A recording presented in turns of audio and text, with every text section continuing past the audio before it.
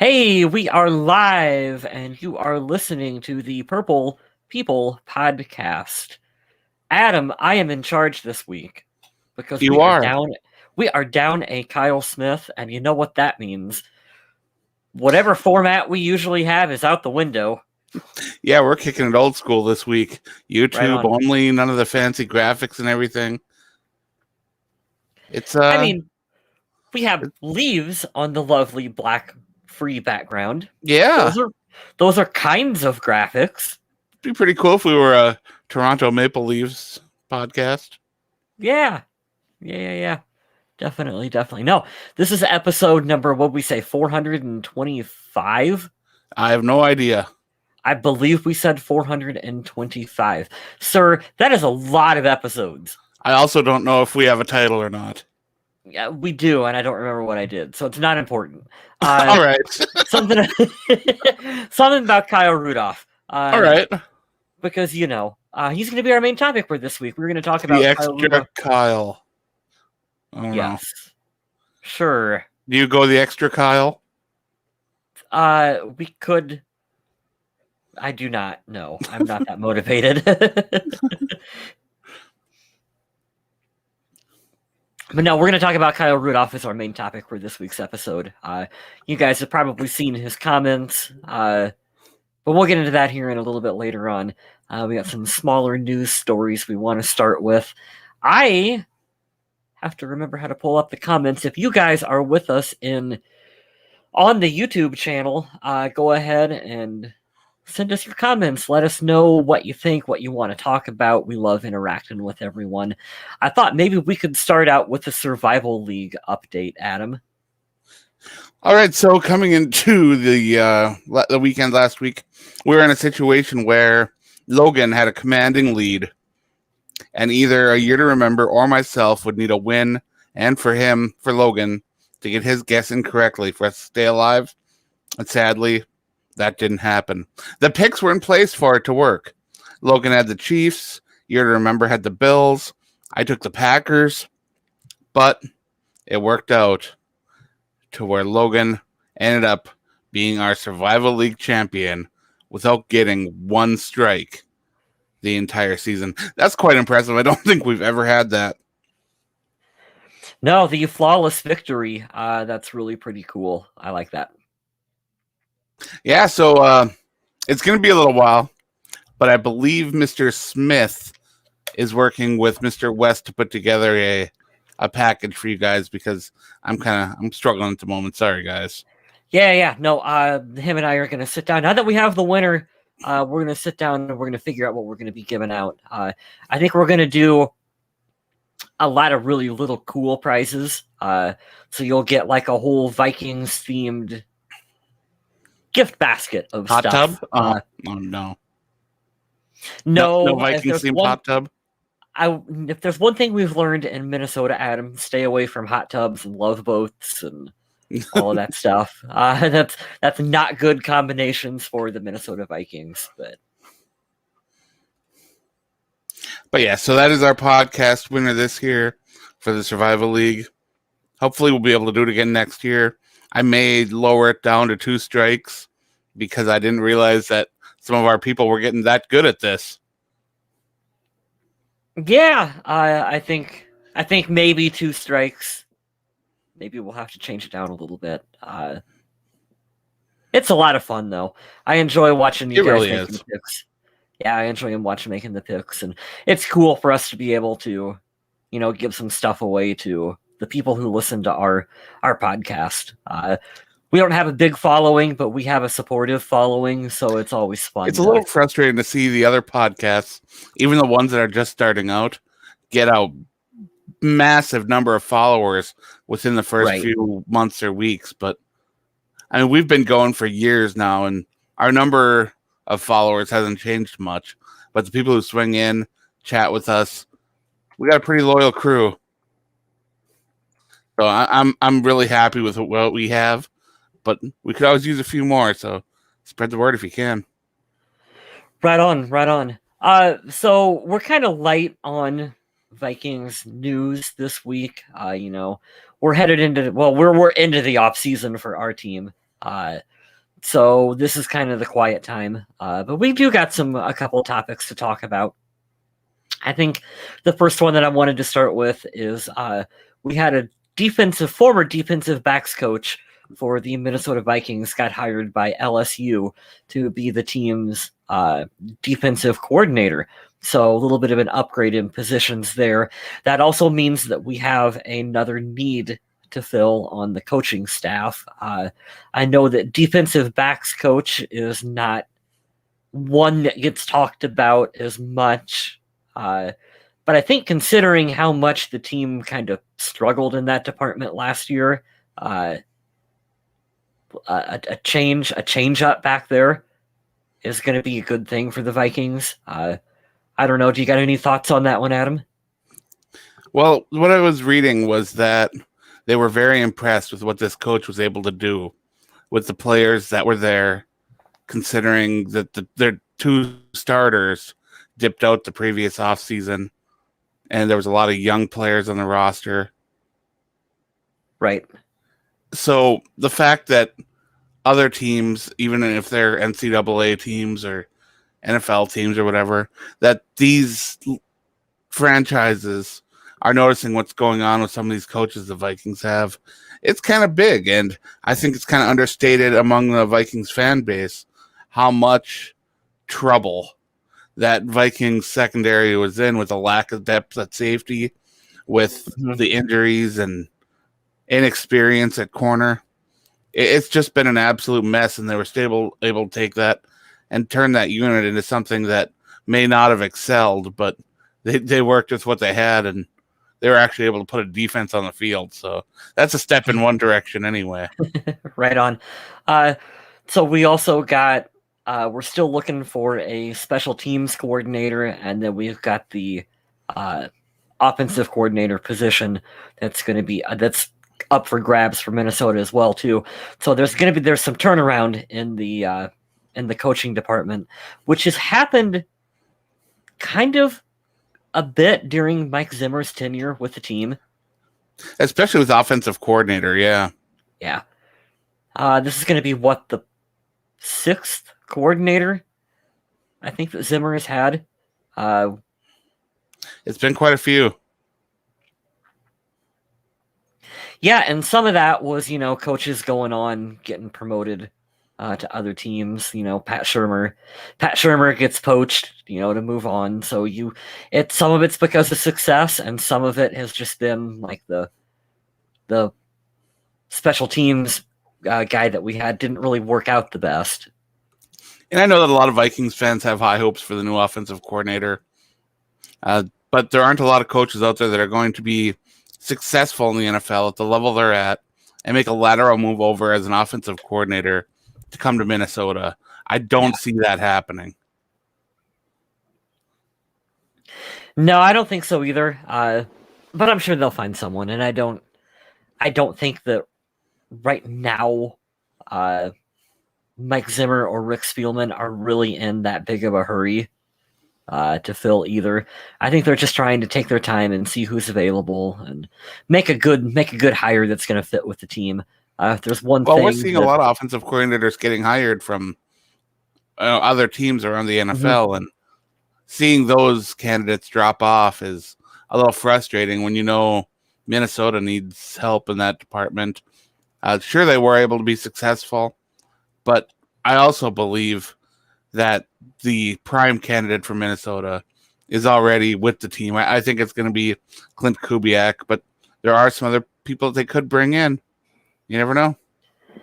I know a lot of Vikings fans were kind of looking forward to maybe Anthony Lynn, the former Chargers head coach. Not a very good fit, but a good coach. A good coach, but that was kind of where I was going to go with this, Adam, where you said maybe not a very good fit.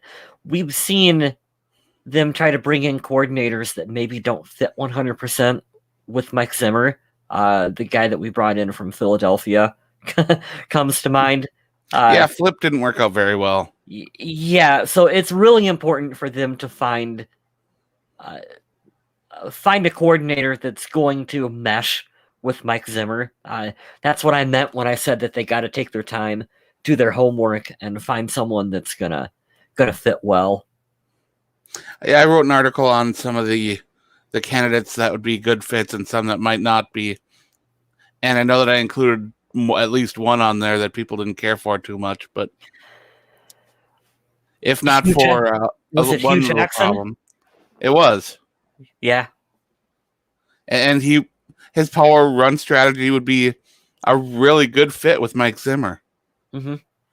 But he's got some other issues that might prevent him from getting the job. So, what were people not liking about the hire? Potential hire.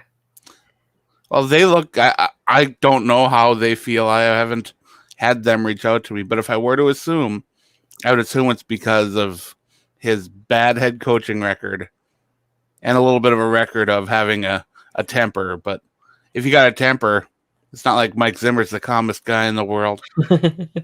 Right. And I mean, we've seen plenty of coaches that get opportunities at head coach and they don't work as a head coach, but that doesn't mean that they're not a good assistant. They're not a good coordinator. And you were saying that your biggest concern is that he might have a case of the loose lips. Yeah, I heard that on the Pat McAfee show. They were talking about how with his time in Cincinnati, they had to stop telling him what they were going to be doing with like draft picks or maybe free agents or whatever, because he loved talking to the media, which is kind of funny that an NFL head coach would have that problem. You would think they would be Zimmer doesn't have that problem. Yeah, that's not a problem we have on the team currently at all. So, yeah, I don't know. But that to me is just more funny. I don't think that's not an actual concern of mine. But yeah, I mean, I'm sure we'll get some more information on that soon, whether it's interviews or just some speculation. You think it's as easy as plug and play Clint Kubiak, kind of keep the same system that we had going, keep the continuity. If we've got any problems, hey, you can call your dad on the phone. You want to think that.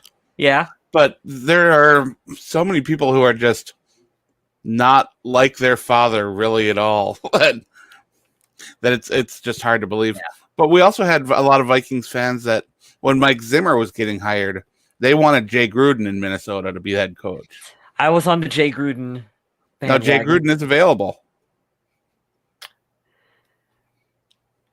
So Vikings could get both of those guys. I mean, that's an interesting option. Is it a fit? What do you think? Personally, not really. I'm not a fan of how he's progressed through the league. He's gotten a lot of opportunities that other coaches wouldn't have gotten. I don't believe he's ever been a coordinator. Like, he's never been a positional coach. Like, he came into the NFL and was immediately a special assistant. So it's like, yeah, he kind of got the gold platter treatment in the NFL because of his name, but in my mind, he's still got quite a bit to prove. Yeah, that Gruden last name got him going. It'll get you in some doors. Off to a pretty good head start for that one. Just some other quick Vikings news since we're talking about coordinators and stuff too. That the former Vikings head coach Leslie Frazier, his name has resurfaced as a potential candidate for the head coach for the Houston Texans. Zimmer has been with the Buffalo Bills, correct? He has. Yes, I think he's the D coordinator for the Buffalo Bills currently. So there you go, a little bit of maybe Leslie Frazier back in the NFL getting another opportunity to go out there and prove his worth as a head coach. I don't know if Frazier can be that tough of a guy. I think he was still too much of a player's coach when he was in Minnesota. And to be honest, I don't know if that's something you can really change. I don't know either, because I do remember how much the players loved Leslie Frazier. And even as a fan, I remember we were doing episodes where we were talking about how, yeah, it was definitely time for them to make the switch from him, but it was not the fire Brad Childress pitchforks and torches kind of like get out of town with Leslie Frazier. It was more of, we respect you. It's just not working out the way we had hoped for. I would personally like to see him get another opportunity to coach. I like Leslie Frazier. I mean, what are you going to do? Mess up Houston? Yeah. How much worse are you going to make the Houston Texans? It's crazy. Absolutely crazy. Deshaun Watson is gone. J.J. Watt's gone. I don't know. I don't know what's going on in Houston. I don't know if I would want to coach that team. It's not like they're even stockpiling picks. No, they're just losing players. Hemorrhaging talent. Yeah. Mike Bieniemy was another name that's been linked to the Houston Texans, who was the... what was Mike Bieniemy when he was with Minnesota? He was the running backs coach for Adrian Peterson. Of course, now he is the offensive coordinator for the Kansas City Chiefs, but there's a little bit of a Vikings connection with there as well, too. I am really surprised that he has not been hired yet. I personally just think he's enjoying the success in Kansas City. I mean, he should. He enjoys working with the head coach. He's got a lot of talented people around him. Yeah. I don't see why rush it? Really be too interested to move on. Yeah. Especially to a situation that's just like not the Texans. Good. Yeah. No, you're definitely not wrong on that one, Adam. That's why you got to be a little bit more careful. And I think that's one thing that went wrong too with Hugh Jackson, is he wasn't picky enough with where he landed. I think he got his opportunities like to go to the Raiders when they were a dumpster fire. And he went there and they just stunk. Then, of course, his fabled time with the Browns when they were just absolutely garbage. You got to be a little pickier when you take your jobs. Mm-hmm. I understand this is an opportunity for you to build a team up and coach them to do what you can do. But you got to understand, too, the NFL is a what have you done for me lately franchise. And if you don't start turning the team around very quickly, that window will close really fast. The one that I wonder about is Pat Shurmur. Like, it did not work out in the slightest when he went to the Giants. And you have to wonder what would have happened if he would have just stuck around in Minnesota for another couple seasons, had that continuity. Yeah, he was a great fit for this team. He's a good offensive coordinator. I don't know. That's one of those. I wish he would have had more time with this team. I really do. But that you do bring up a good point, is that a lot of coordinators, positional coaches from Minnesota, they do get opportunities in other places. Yeah. And that does kind of turn into a revolving door situation for the Vikings and make hiring coaches a little more difficult. And we've been seeing a little bit way too much of that over the last few years. And some stability among that coaching staff would be nice, especially since now we're seeing a lot of talent being rotated out as well. Yeah, and I think we're going to continue to see a shakeup on this roster this year. One of the players that we're going to be talking about, we can probably talk about him right now, is Kyle Rudolph. He had an interview where he had a quote that's made the rounds on the news, which I have in front of me. If you give me a second here. You got all the seconds that you need. Let's see. This was on K-Fan. He said, "I'm realistic. I see both sides. I'm looking at this situation like, hey, we're paying this guy a lot of money and you're not using him. So why are we paying him a lot of money? Question mark.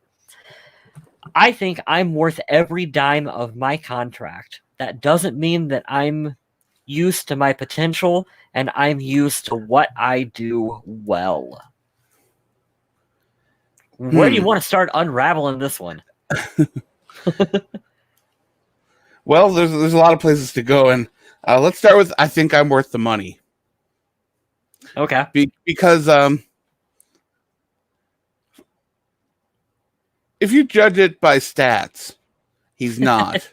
If you judge it by play counts last year, he's not.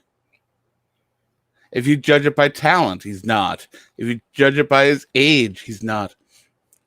But, I mean, if you were to go right now and think, who are the top tight ends in the league? How many would you name off before you named off Kyle Rudolph? Quite a few. I mean, Kyle Rudolph would probably be, 8, 9, 10, somewhere around there? Yeah, maybe a little further back than that. And I don't have his stats in front of me, but I do know that he caught very few touchdowns. I want to say 1, but it's probably more like 3. 1 touchdown. 1? 1, yep. And what's his yardage? Like 3 something? Regular season, he had 28 receptions, 334 yards, 1 touchdown with a long of 25, an average of 11.9. And how is that worth it? Did you see any drop-off at all when Smith Jr. and Conklin took the field? I'll be honest, the tight end play elevated when Kyle Rudolph was off the field. I thought when they started towards the end of the year to lean on Irv Smith and Conklin, that we were seeing better play from the tight end position with those two on the field. They flat out outperformed, outplayed Kyle Rudolph. Now let's flip this around and look at it from the other point of view. How is keeping Kyle Rudolph around for Minnesota worth it? Well, he's a experienced tight end. He can help to mentor the younger players. He's a big target, 6'6", former basketball player, nice catch radius. The problem is that Minnesota isn't going to use him in the red zone like that. They've already shown that. They only done it a few times, and once was when they knocked the Saints out of the playoffs. And even then, there's a chance that, hey, that could have been called offensive pass interference or the push-off, but who knows? It's just odd. There's also the intangible side that I think you have to talk about too, where, he's a veteran, he's a locker room leader, respected talent, Absolutely. All that stuff, all the reasons that you can make for wanting to keep him around like that. Mike with us in the chat, which thank you for joining us, Mike, said it's not about the money. It's about the money, though. I actually do think that plays a large part of it. I also have this graphic that I shared. The problem is, well, maybe it's not about the money, but it is about the cap hit. Right. And Minnesota right now, they're projected to be over the cap. Cutting Kyle Rudolph could save them over $5 million, which right now kind of seems like a no-brainer. I'm sure they'll explore some trade options and stuff like that, but trading someone coming off a season like he's had at his age, they're not going to get much for him. It is $5.1 million if they were to move on from him. Right. He is also currently the 8th highest paid player on the Minnesota Vikings roster. He earned a spot. I'll argue that over the course of his career he has, but he sure didn't earn it last year, and 2018, I believe, was a rough one for him too. So yeah, I like what he's done with this league. I've been a fan of his. I enjoy watching him play, but unless he's going to take some kind of pay cut or figure out some way to stay in Minnesota, I don't see how he's going to stay on this roster. I will be honest. Even before this quote, when I was thinking about what are the Vikings going to do in free agency, there's always the veterans that get moved on. Their cap, they need help with the salary cap. Kyle Rudolph was one of the names that stuck out in my mind as they're going to have to do something with him. Especially after hearing this quote, I think he knows that as well, too. Now, at the end of the interview, he did say that he enjoys his time in Minnesota and that he's not looking to move on from the team. So I don't think it's a matter of I wasn't used correctly, therefore I'm going to hold out and I don't want to be part of this team anymore. I don't think that's the issue, but I also think that he feels clearly from the quote that he's getting paid fairly for his services, and that could potentially cause an issue with the team. Could very well be the case. We've seen that Cousins, too, he just doesn't have a tendency to throw the ball towards Rudolph. He prefers these shiftier players that have acceleration off the point and can get separation quickly. Rudolph has never had that kind of separation, that kind of acceleration, that kind of route running that he can just create openings on the field. So maybe it is a little bit of a bad situation for him to be on the field with Kirk Cousins in this offense. Maybe a new offensive coordinator can put a little bit more spice into the play calling and create some more situations where Rudolph can get open.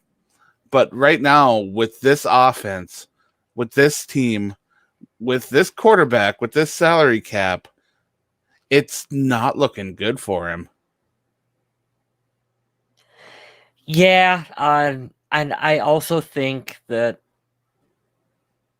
he's been blocking. How healthy is he? Well, he was a little banged up towards the end of the year, which is what I was saying, that when the younger tight ends got their opportunity to go out there and play on the field, I thought that they outplayed him. I thought they outperformed him. We've heard a lot about Irv Smith. Irv was doing some really good blocking as well this year, and I'll agree with Mike. We have seen Rudolph up his game in terms of the run blocking and pass blocking and his just overall ability to fight through plays, because there has been some heavy criticism of him for not attacking once he made the catch and things like that. And that has changed over the last year or two. So we have seen a little bit different of a Kyle Rudolph lately, a better one, I believe.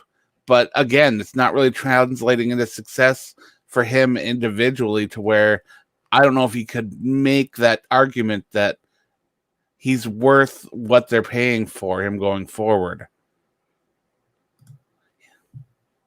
Yeah, I agree with you, Adam.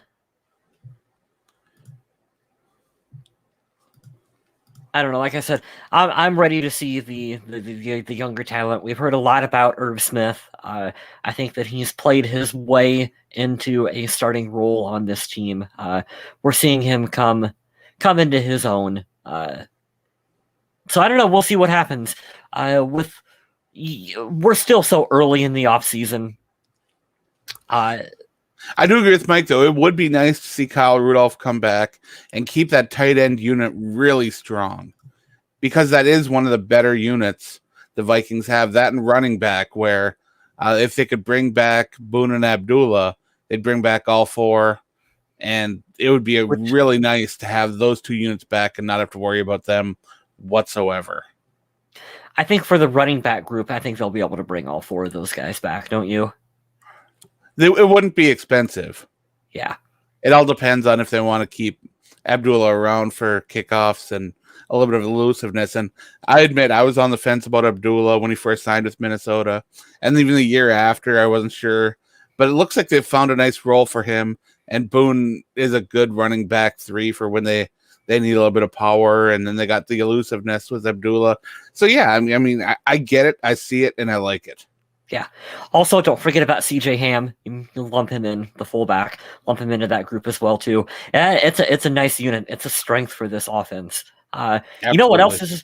You know what else is a strength, Adam? We have to talk about it. The wide receiver group for the Minnesota Vikings. Currently, it's top heavy, but it's all right. Not too bad. You know what would make it a little more interesting? What's that? Lamar Chase. Yeah, I posted that in our group chat on Uh-huh.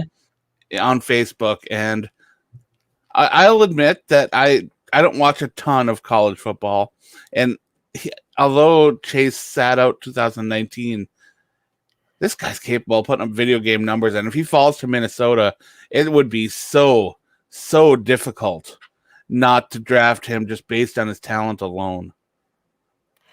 Right on. If you want to go best player available, and if you're not really trying to fill a position of need immediately, you could have a team that could put a lot of points on the board really fast, especially if they were able to grab an offensive lineman that can be a fringe starter in free agency or in round 3 or 4 of the draft. It could be really good. I mean, it's not what I would ever really mock, but it's just there's so many interesting ways this draft can fall, and we're going to see quite a few quarterbacks go early in the first 10 picks or so. That a lot of these talented players, whether it's wide receivers, edge rushers, or whatever, they're going to be dripping down the board a little bit. And if Minnesota can grab an elite receiver to pair up with this unit that they already have, it could be absolutely terrifying. Here's how we can talk ourselves into it as Vikings fans, because this is super early and it's ridiculous to even be talking about mock drafts before the Super Bowl. It's never too early to look at mock drafts. My mock draft's available over on the Viking Age. Yes, which you should definitely go read Adam's article over on the Viking Age. But hey, let's talk ourselves into it here for a minute. Rick Spielman loves to do the thing where he reunites players from the same college back together. But he likes to do that in later rounds. We're talking about like Jarius Wright, Greg Childs kind of stuff here, right? Right. We're talking ourselves into it, Adam. So we are going to apply that logic, and we're going to give Justin Jefferson another receiver that he's familiar playing with. They played together in college. So there you go. You can make that connection. And then you can also say that, look, we know we have Thielen, we know we have Jefferson, but below those two, the cupboard is not bare, but it's not exactly grocery day for the. It's looking rough. Yeah, for the Minnesota Vikings. Like there's some guys on the team. It's melted cheese on saltines day. And you can get on that. You can get by on that. But adding another stud wide receiver to this team, there are two positions that you can never have enough of: wide receiver and cornerback. It's true. Anytime, you can always make the case for adding one of those two players to your team, either position. So there are other needs that we need to fill, but you know what? If they can snag another stud receiver in the first round, I say do it. Now, we can all agree that offense isn't really the problem with this Minnesota Vikings team. They're able to put points on the board. They can be competitive. Line. Even with that offensive line struggling, Minnesota was able to have one of the most explosive offenses in the NFL. Yeah, that's very true. And let's hope that they can find a way to plug a couple of those guard spots over the course of this offseason. But I've never really thought of Minnesota as having an identity to be a shootout team, a team that's going to win with offense, a team that's going to score 40 points a game because their defense can't hold the opposing team under 34 points, you know? Well, that's not the kind of team that Mike Zimmer would like to have, but the way this defense played last year, boy, we might need to go into shootout mode in order to survive some of these games. A lot of this depends on how the cornerback situation is going to shift up, because yes, the two rookies that were drafted early looked real good. Yeah, they did. There was some flashes from players underneath them on the depth chart. There's an opportunity to get some more talent in the draft and free agency. But all in all, there's still so many gaps on this team that need to be filled. The Vikings need a pass rusher because things just didn't work out there. Mm-hmm. The Vikings, if they can't bring back Eric Wilson, they're going to need a player there at linebacker. They're going to need a new starting safety. Which is why, to loop back a little bit to Kyle And they Rudolph, got to do something with Shamar Stephen. They got to do something. I get that they like him, but at some point, you got to say, I like what you bring to the table, but it's just not working. And they're paying him a decent amount of money. I don't have the list in front of me, but I think he was maybe the 10th highest paid player on this team. Like, I like him, but I don't like him that much. Right. Yeah.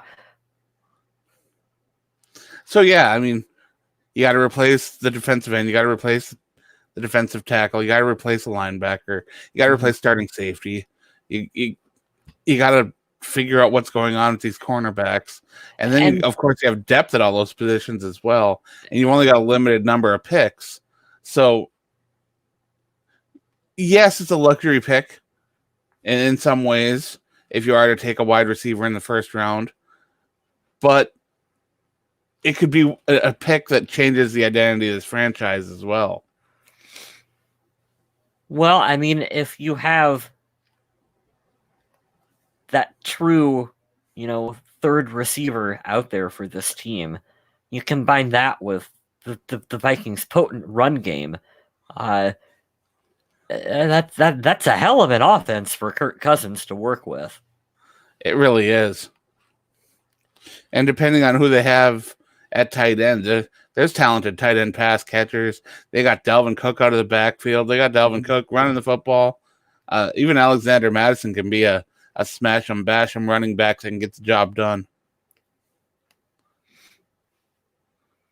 I'm looking at this too, thinking they're gonna have to address in free agency some of these needs, and they're gonna end up spending, I think, more than what they would like to fill a couple of these positions out there for this team. I think corner is one of them where you're going to have to look at a veteran free agent that they can bring in, because you can't just solely rely on the draft and have nothing but what is this?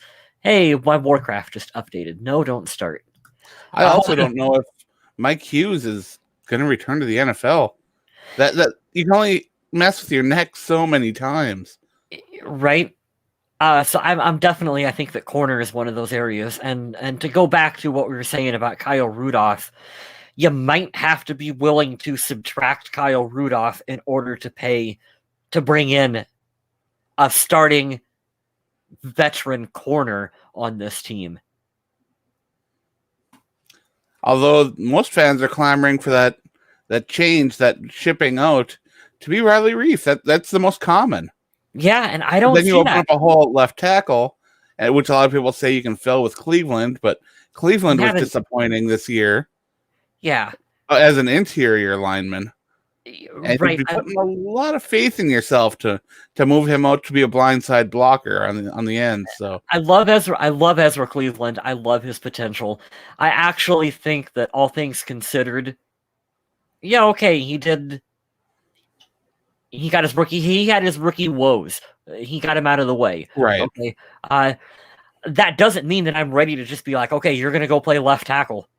Like, that's a big leap for him, and I'm not willing to do that yet.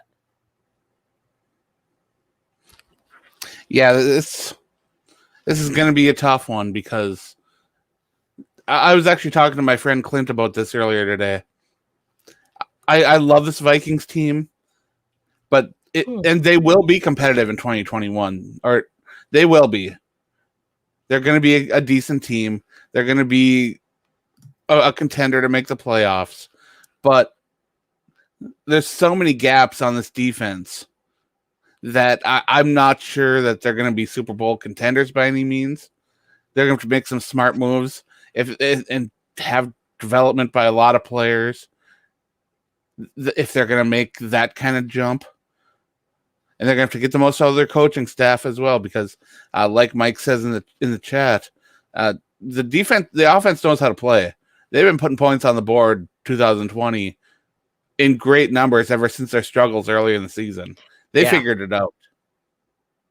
The defense needs to be able to work out and get things done. So I don't know how they're going to do it. They've got a lot of places that they need to work on, whether it's starters or depth. They don't have a lot of money to get free agents. They don't have a ton of draft picks. So they're going to have to hit on a lot of these draft picks or find a lot of really good budget free agents and sign back some players that are familiar to the system and can play a nice role with the team in order to make a push in 2021. Yeah, Rick Spielman's got his work cut out for him this year. And to make matters worse, they lost one of their best scouting eyes to the Denver Broncos along with his team. So I don't know. Yeah, it's a tough situation. This is why Spielman makes all the money, because he's got a lot of hard decisions coming up for this team. This is a really pivotal off season where you make the wrong decision on some of these areas. You could really hurt the team. True. For the next couple seasons. So I don't know. We'll see. We'll see what happens. Yeah, it's going to be interesting to watch, that's for sure. Got any other topics you wanted to discuss, Adam? I believe we discussed the Matt Stafford stuff last week. Yeah, mutually parting ways with the Detroit Lions. So they're going to try to trade him. But that's going to feel really weird not watching Matt Stafford play for the Lions twice a week or twice a season.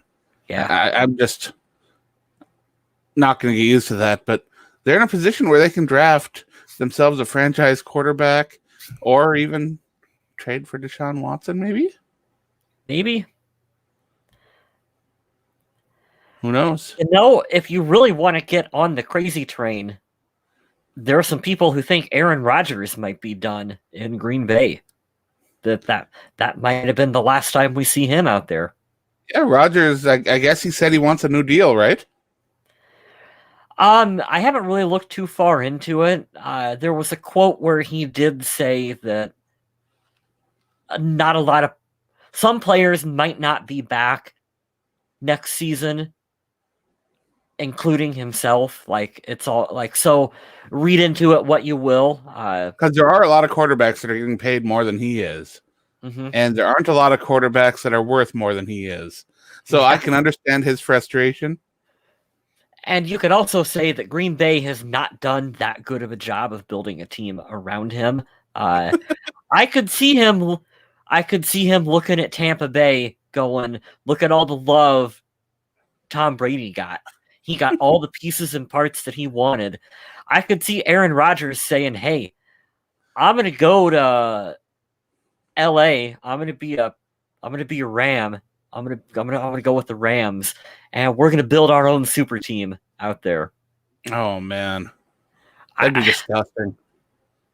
That'd be tough to fucking beat, because Tom Brady is Tom Brady's Tom Brady, but Aaron Rodgers is You don't get any rest if it's Aaron Rodgers on offense and Aaron Donald on defense. I mean, what are you gonna do? Yeah. You got Aaron's all over the place. Maybe Kyle Rudolph will go with him. Let me take a quick scroll through the Vikings App and see what we got going on here.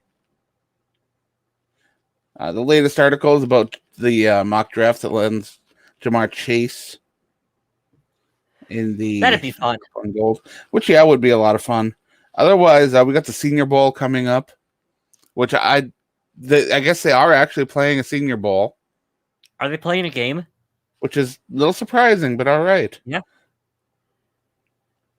Maybe they're just doing a walkthrough. I don't know. I haven't clicked on the article yet.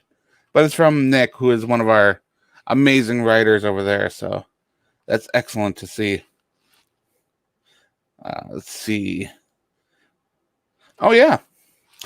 Justin Jefferson recently talked about the best wide receivers in the NFL, and he says there are only two wide receivers in the NFL who are better than he is right now. Who Can you is guess that? who they are, Wes? Stephon Diggs? No. He did not say Stephon Diggs. I don't know who. I did get this one right. This is Davante Adams and Julio Jones. Yeah, that's fair. Julio is one heck of a guy. He might not get a lot of touchdowns there, but he draws so much attention that it gets to be a lot of fun watching those receivers play and watching defenses scramble to protect him.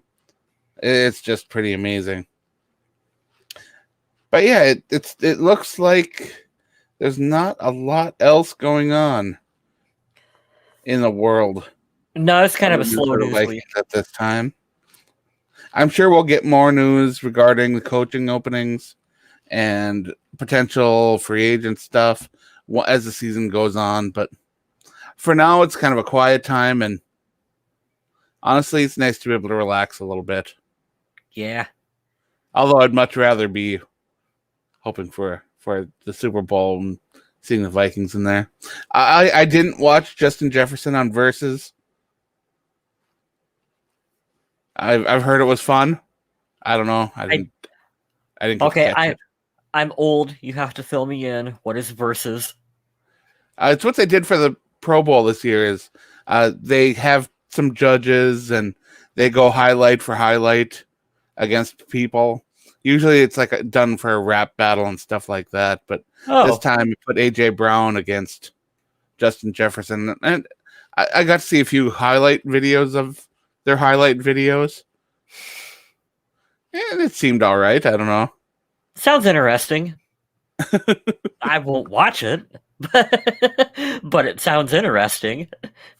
One cool thing to watch if you get a chance is the Vikings official YouTube channel released a video earlier today of Paul Allen's top 10 calls from the 2020 season. And it's always fun to listen to Paul Allen.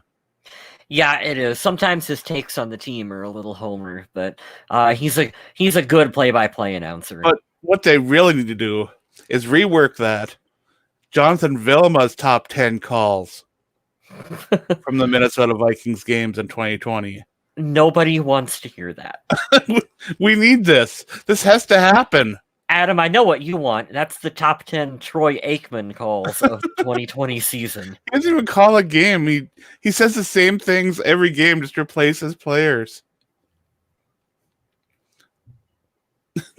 Yeah, I'm not a fan of his either. It's annoying that we can't replace Troy Aikman with Pat McAfee yet. Like no one's figured that out. Like it's right there. I finally got to this position where I could tolerate Joe Buck, and then Troy Aikman has to just go off the deep end and be unlistenable. I don't know. Yeah, I actually have to admit too, I actually kind of like Joe Buck. He's grown on me. He's gotten a lot better and a lot less annoying over the years. So true. His call, the miracle call with Stephon Diggs was just that was good. That's an all-time classic. And after that one, any kind of hatred I had towards Joe Buck is a disgusting act. Yeah, all that. I'm like, okay, Joe, you redeemed it. You redeemed yourself. He loves himself some legacy quarterbacks. Aaron Rodgers, Tom Brady, he will be all in on that, just going wild. So I mean, if there's a game with a quarterback that's on the elite level, yeah, you're going to hear him giving a lot of praise. Mm-hmm. Kirk Cousins doesn't get that. Well, you know. But yeah, that's all I have for this week. Yeah, I think that'll do for me too. Do you want to do some cheap plugs? I'll make it quick. Check out my work over on the Viking Age. Click through an article if you would. I'd appreciate it greatly because that's how I get paid. That's how I pay the bills.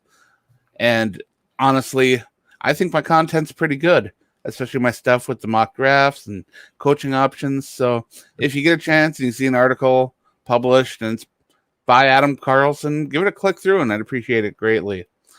On the other hand, I haven't been streaming on Twitch very much lately, but I should hopefully try to get up and running soon. My internet's been really bad, so I haven't been able to do anything out here, which is why Mr. West is hosting this call, which thank you very much for getting it all set up, because I probably couldn't. And then also, don't forget about the undead walking. I'm on the website right now.